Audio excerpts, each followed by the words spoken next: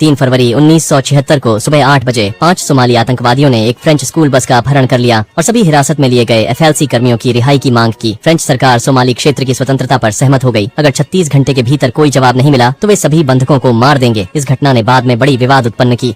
Film इस घटना पर आधारित है। एक छोटा स्कूल बस हर छात्र के घर उन्हें लेने जा रहा है, जैसा कि हमेशा होता है।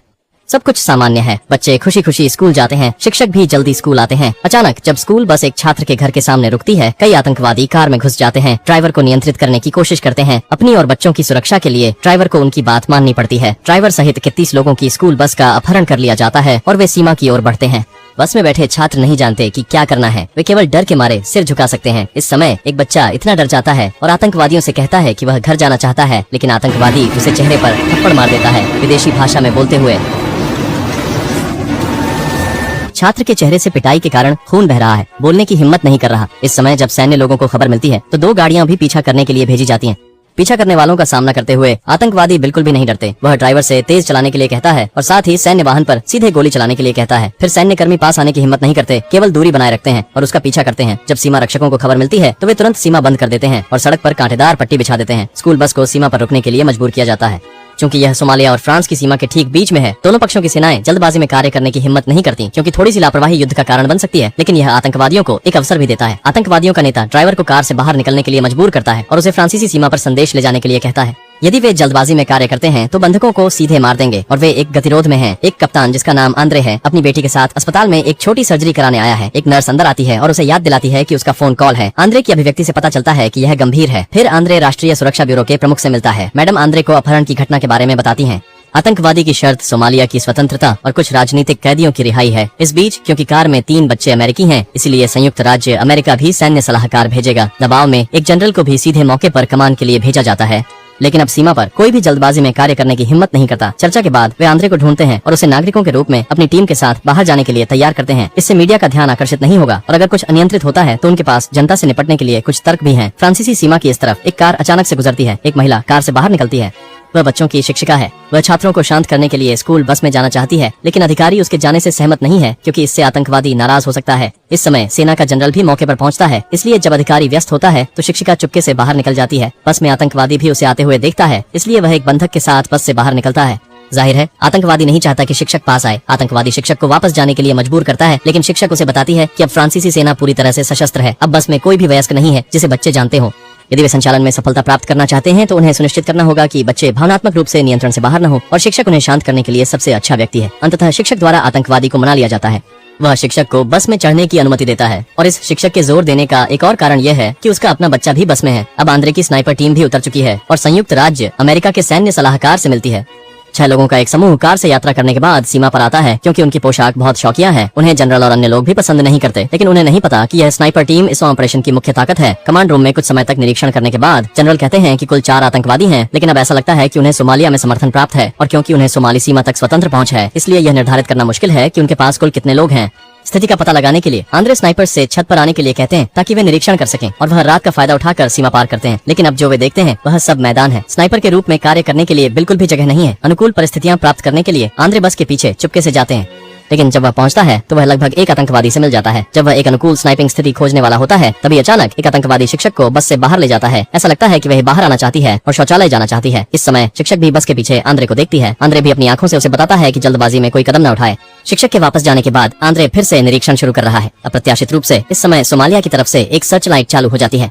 आंद्रे के पास वापस भागने के अलावा कोई चारा नहीं है, क्योंकि अगर पकड़े गए तो उन्हें गोली मार दी जाएगी। इस बीच फ्रेंच पक्ष पर भी सर्च लाइट चालू कर दी जाती है, लेकिन सौभाग्य से आतंकवादी आंद्रे पर गोली नहीं चलाते। लेकिन सेना के इस मूर्खतापूर्ण व्यवहार से स्नाइपर टीम बहुत नाराज हो जाती है, इसलिए उनका सेना के साथ झगड़ा हो जाता है। एंड्रे जो भाग्यशाली था कि बच निकला, वापस आने के बाद कहता है कि उसने एक स्नाइपर स्थान ढूंढ लिया है और कल शुरू करने के लिए तैयार है। जनरल की सहमति से एंड्रे टीम के साथ एक योजना बनाता है। कार्रवाई शाम 5 बजे शुरू होती है।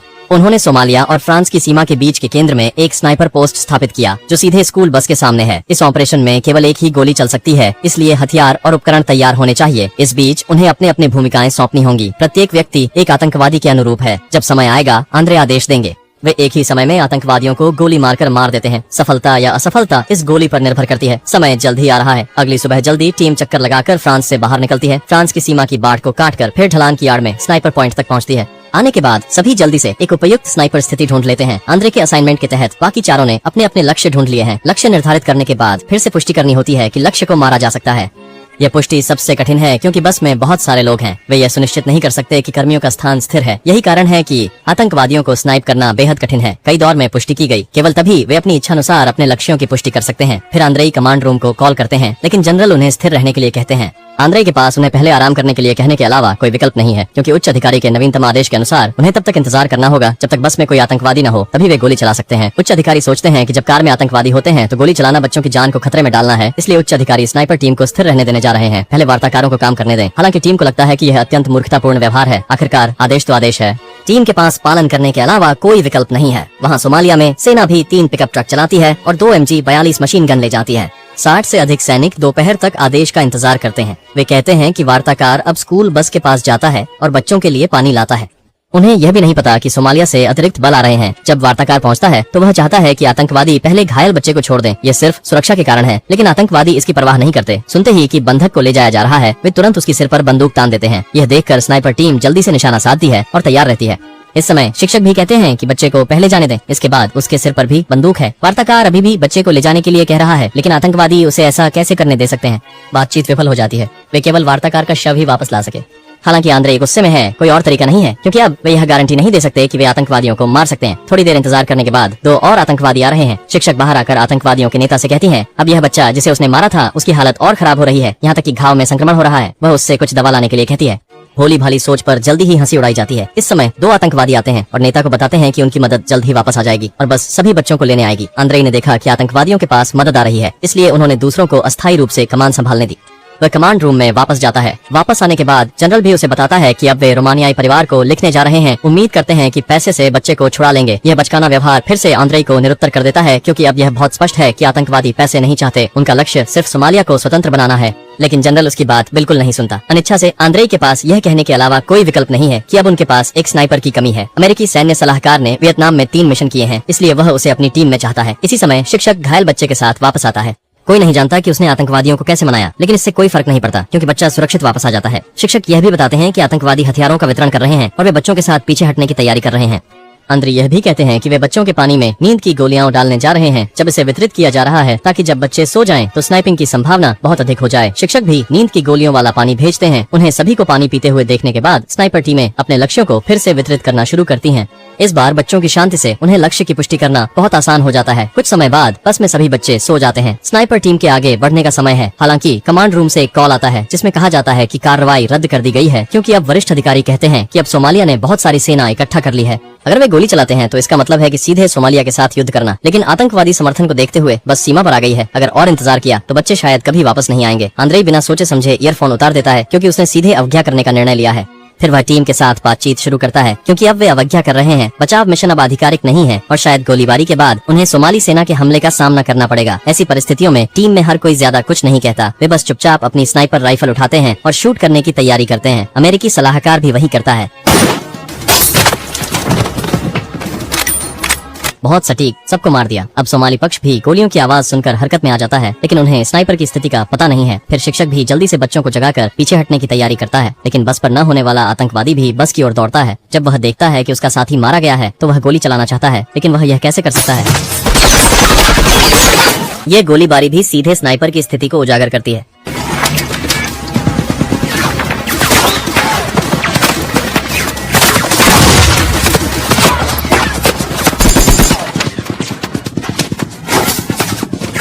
भारी गोलीबारी के तहत दस्ते के लिए उठकर जवाबी हमला करना मुश्किल है, लेकिन इस तरह छिपना केवल मरने का तरीका है। अपनी और बच्चों की सुरक्षा के लिए वे केवल जोखिम उठाकर जवाबी हमला कर सकते हैं।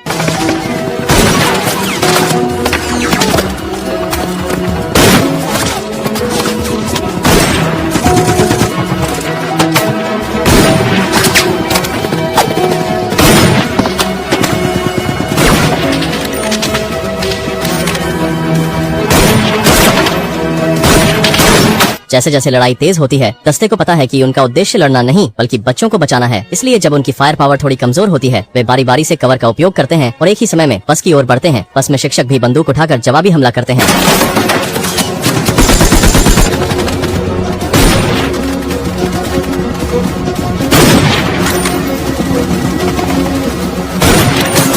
अपना हथियार छोड़ दो।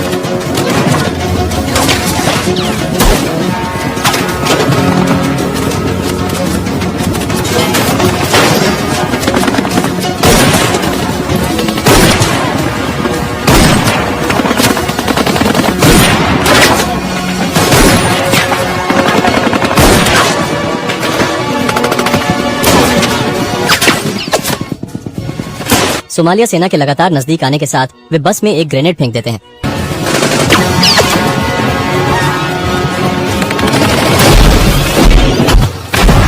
विस्फोट के बाद टीम पीछे हटने लगती है। इस समय अमेरिकी सलाहकार भी बच्चों को लेने के लिए एक ट्रक चलाता है, लेकिन रास्ते में उसके कंधे पर गोली लग जाती है। यह देखकर आंद्रेई भी तुरंत अंधाधुंध स्नाइपर्स की एक लहर दिखाता है। अंत में फ्रांसीसी सेना द्वारा बचाया गया वे सभी बच्चों को निकाल लेते हैं, लेकिन जब सभी राहत की सांस लेते हैं तो अचानक एक स्नाइपर एक बच्चे को खून के तालाब में पड़ा हुआ पाता है और यह बच्चा शिक्षक की बेटी है। और जब वे सीमा पर वापस जाते हैं तो वे सैनिक जो पहले उन्हें नीचा दिखाते थे अब आंद्रेई को सलामी देते हैं। हालांकि बच्चे सफलतापूर्वक अपने माता पिता से मिलने के लिए लौट आते हैं। इन पीड़ितों और उनके परिवारों को कभी भी आतंकवाद के पीड़ित के रूप में मान्यता नहीं मिली। वे आज भी इस घटना के दर्दनाक परिणामों से जूझ रहे हैं।